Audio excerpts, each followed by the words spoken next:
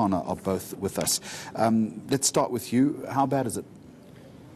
It's very bad. There's no way to sugarcoat this. South Africans should be incredibly angry and incredibly worried.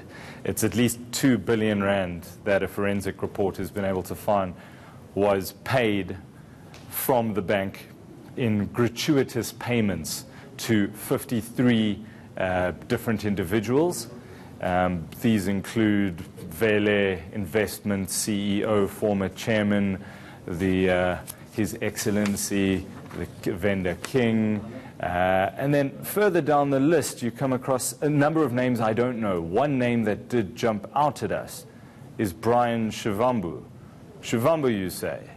We've been able to clarify and confirm that it is the younger brother of EFF Deputy President Floyd Shivambu. He received an amount of 16.148 million rand. He is on just one of 53 people, and he is amongst some of the more prominent members.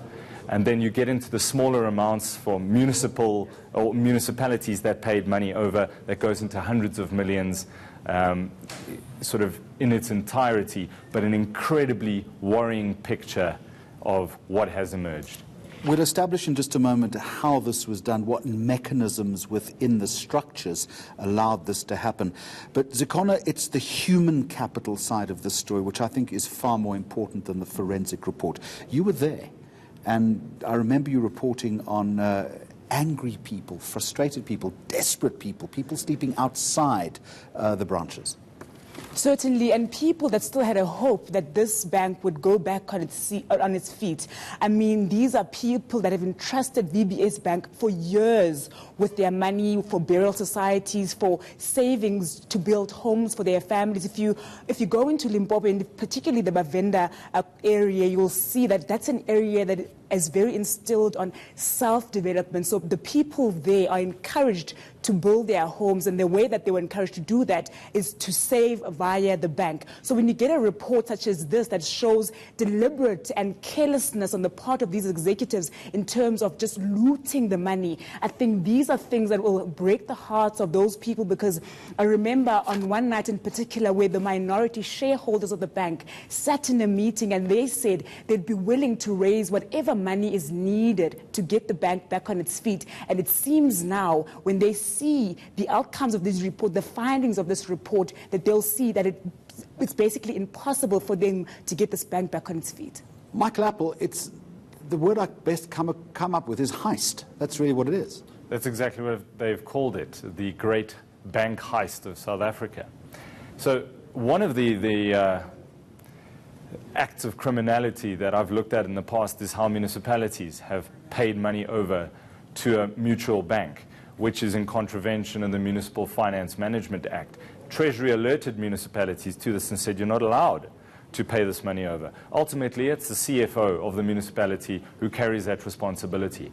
We have seen through this report, and it's a very voluminous document, it's over 140 pages. So from what we've managed to scan and look at, there were certain key fixers who put political pressure on municipal managers, on CFOs, and in contravention of the law, made sure they paid money over. There was At whose behest? Well, this is the interesting question. Where do the politicians come into all of this? The report names Limpopo's Treasurer General, the Provincial Treasurer, Danny Msiza, as the, quote, kingpin in the so-called commission agent scheme. So together with a politically connected fixer called Kabelo Matsepe, they would contrive to put pressure on municipalities to invest money illegally in this bank, and they would receive a 2% commission. But not only did they receive that money, they would then take that and they would then pay bribes to various municipal officials.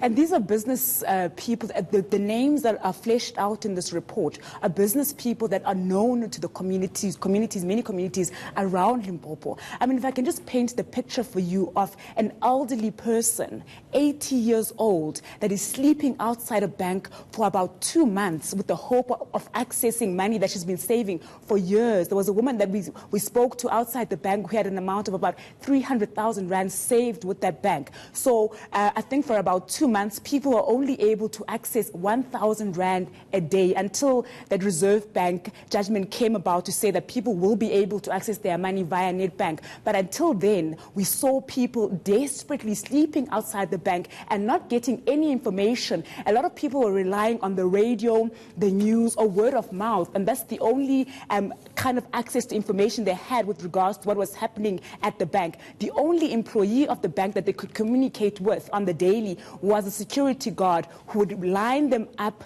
every day and allow a certain number of people to come inside the bank to access, as I mentioned, that 1,000 rand per day. And these names that are in that report, Jerry, as I mentioned to you, those are people that are business people that these people know, and they at some point donated towards some community project in that area. Because I spoke to a co-founder of the bank who said that the bank was also very big on outreach projects within the community of the Bavenda people.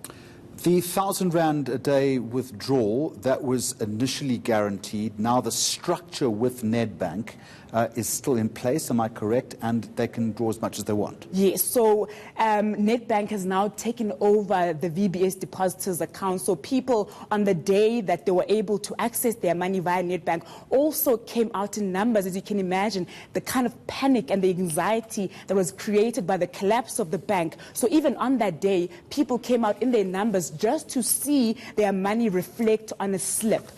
People were not encouraged to withdraw their money per se on that day, but they just wanted affirmation and security. That it's there. Yes. So you're still wading your way through this report. Ultimately, what will happen now? What's the purpose? It's done by the Reserve Bank. I'm assuming this could potentially lead to criminal investigation, criminal charges being laid. Advocate Terry Motau, he has recommended that there be criminal prosecutions of the directors of Vele, of VBS employees. He says you cannot save this bank. It is rotten and corrupt to the core. So he's saying it must be liquidated. He says everybody who is in that bank is complicit in the crime, including those that received so-called gratuitous payments. Directly or indirectly. Yeah. Directly or indirectly. So he says there must be criminal or civil charges brought. But what's interesting is a lot of the WhatsApp conversations and interviews with people, the investigators and some of the directors, as soon as it gets to quite a challenging part, they say, all right, well, we're going to want immunity from prosecution. Then they tell the truth, and there are extracts of this. So a lot of the people named here they're protected in terms of the law, but a lot of people are going to go down for this. Michael Appel, Zikhona Tshona, thank you. Now, the ANC